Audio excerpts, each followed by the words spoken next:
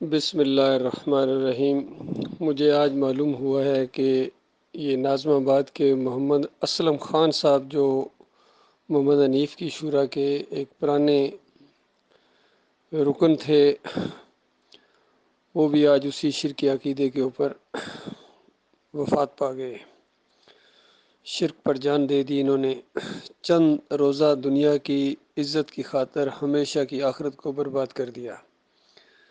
اس حوالے سے چند لوگوں کے نام اور ان کے یہ جو کارنامے ہیں اس سجدہ تعظیمی کے حوالے سے ان کا ذکر کروں گا۔ دیکھیے، اسلم خان صاحب کے بارے میں نے سنا تھا کہ جب یہ مسئلہ اٹھا تو انہوں نے کہا بھائی سجدہ تو اللہ ہی کو ہے، لیکن اگر میں نے اس کا اعلان کر دیا تو جماعت کے اندر ایک فطور کھڑا ہو جائے گا، ہنگامہ کھڑا ہو جائے گا۔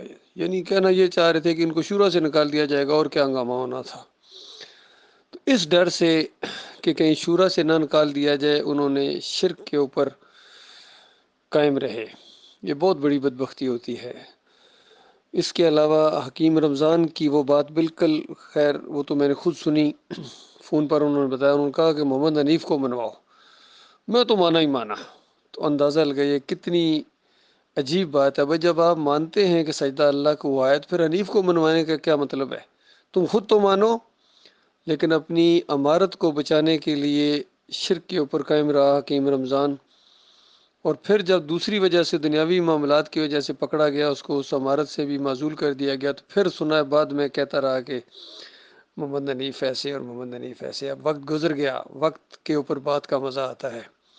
جب ذلت اور خواری آ جائے تو اس کے بعد اس کا کوئی فائدہ نہیں ہوتا۔ فرعون بھی اس وقت مان گیا تھا، جب بالکل غرق ہونے لگا تو کہنے لگا کہ آج میں ایمان لاتا ہوں موسیٰ اور ہارون کے رب کے اوپر۔ تو کہا گیا اب معاملہ ختم ہو گیا۔ اسی طرح عبداللہ عمر دورانی کی بات پہنچی تھی کہ کہتے تھے کہ یعنی میں اس سجدے کو مان تو لوں، لیکن میرے بھائی میرا جنازہ نہیں پڑھیں گے۔ ظاہری بات ہے، جماعت بیزاری کا اعلان کر دے گی اور بھائی جو ہیں وہ بھی جماعت کے سامنے ہوں گے، میرا جنازہ نہیں پڑھیں گے، اندازہ لگائی۔ اس وجہ سے وہ شرک کے اوپر قائم رہا، بلکہ شرک کی حمایت میں اتنا بولے کہ محمد حنیف نے اسی کو امیر جماعت بنا دیا۔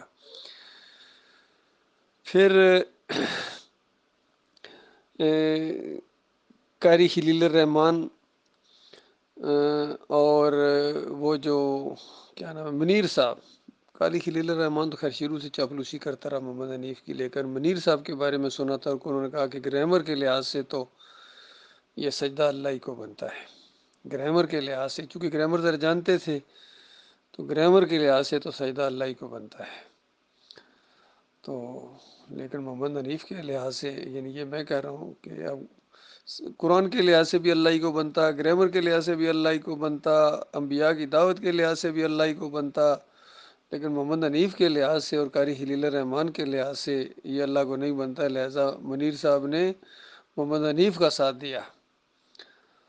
تو یہ سارا معاملہ ہمارے سامنے آیا ہے بھائیو۔ یہ بہت بڑی بدبختی ہوتی ہے انسان کی کہ دل گواہی بھی دے رہا اور پھر بھی اس کو نہ مانے۔ اسی طریقے سے یہ شیخ حجاز جو شیخو پورہ میں رہتے ہیں حکیم صاحب، ان کی میرے ساتھ کتنی مرتبہ گفتگو ہوئی تھی ٹیلی فون کے اوپر، اور کہتے تھے کہ میں نے یہ مسئلہ اٹھایا تھا شروع میں، کہتے ہیں مجھے پھر دبا دیا گیا، لیکن اب آپ سٹینڈ لے رہے ہیں تو آپ ہمارے نمائندے کی حیثیت سے ان لوگوں سے گفتگو کریں۔ یہ شیخ حجاز کا قول تھا۔ پھر زرار بٹ سے ایک دفعہ گفتگو ہوئی تو اس نے کہا ارشد صاحب جب تک محمد حنیف کو کافر نہیں کہو گے، نہیں اس پر فتویٰ نہیں لگاؤ گے، یہ مسئلہ آگے نہیں بڑھ سکتا ہے۔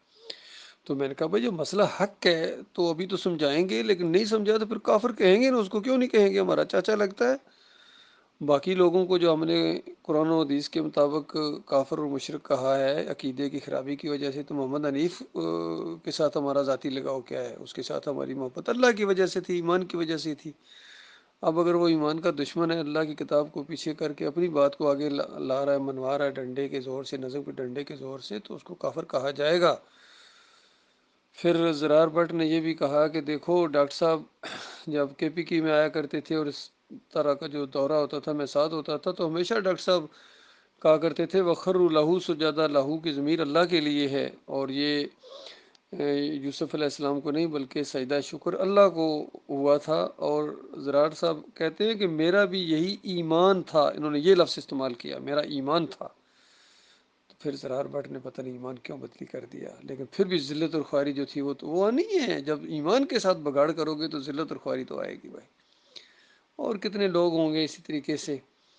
میرے بھائیوں ہمت کا مظاہرہ کرو، دیکھو حکیم رمضان اسی شرک کے اوپر مر گیا، محمد اقبال کا بھی یہی معاملہ تھا، صرف نائب امیر کی وجہ سے انہوں نے اپنے اس معاملے کو جو ہے نا ایک شرک انہوں نے اختیار کر لیا محمد حنیف کی وجہ سے، تو وہ بھی اسی شرک کے اوپر مر گئے۔ خالد عزیز کا معاملہ اسی طرح اسی شرک کے اوپر مر گیا، صابر علی اسی شرک کے اوپر مر گیا صرف اپنی نازمیت کو بچانے کے لیے۔ تو یہ سارے معاملات آپ کے سامنے اللہ کے بندے، اللہ کے بندوں میرے بھائیوں، خود محمد حنیف کا بیٹا تحسین خالد جو امریکہ میں ہوتے ہیں حافظ قرآن اندازہ لگائیے، اور شروع میں یہ کہتے تھے کہ بابا کو پتہ نہیں کیا ہو گیا، پہلے تو بڑے زبردست کفر پہ طاغوت کرتے تھے اور یہ سارا معاملہ پتہ نہیں بابا کو کیا ہو گیا، تو شروع میں انہوں نے ہمارا ساتھ دیا، اور یہ بات پہنچی کہ محمد حنیف جب اس کو سمجھا رہے تھے ایک دفعہ ٹیلی فون کے اوپر، تو وہ نہیں مان رہے تھے، تو محمد حنیف چونکہ غصے والے تھے تو انہوں نے ایک دم پٹک دیا، فون نیچے پھینکا اور نیچے گر کے بے ہوش ہو گیا، اسپتال لے جانا پڑا۔ اور پھر ماں نے بیٹے کو کہا کہ باپ کو کیوں مارنا چاہتے ہو، کیوں باپ کی بات نہیں مانتے ہو؟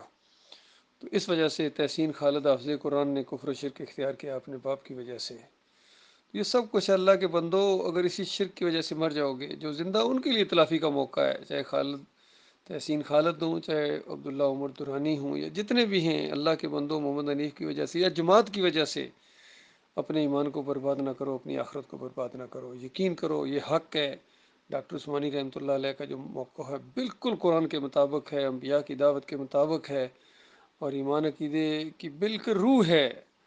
تو یہ حق عقیدہ ہے کہ پورے خاندان نے اللہ کو سجدہ کیا تھا، شکر گزاری کا سجدہ۔ اور پھر ڈاکٹر عثمانی رحمۃ اللہ علیہ کا فتویٰ ہے کہ جن کا ایمان عقیدہ خراب ہوتا ہے وہ اس طرح تفسیر کرتے ہیں کہ یوسف علیہ السلام کو سجدہ ہوا۔